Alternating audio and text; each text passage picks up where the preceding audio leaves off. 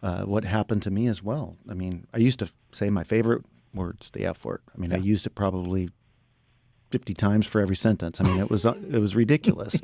And I remember, going through that same process, and I have to be in a pretty bad spot, a frustration to let something out, and I'm thankful that grace is there, but I don't feel like that's something that I, am characterized by is, foul language.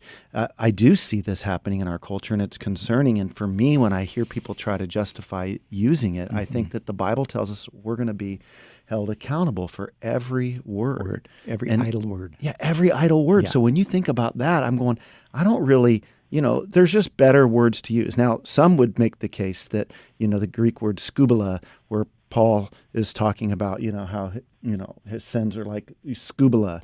And that would be kind of like equivalent to using the S word as an expletive. And you know what? I would agree that in a couple instances where you could see language used, the filthy rags being equated to menstrual rags, skubala being used, but it's being used as it relates to sin, and it's not being used. What'd you say? Scuba dive? No, Scooby Doo. I would just say, Scooby Doo. Scooby-Doo. Oh yeah. Rink. I don't know. Scooby Doo Doo. Right.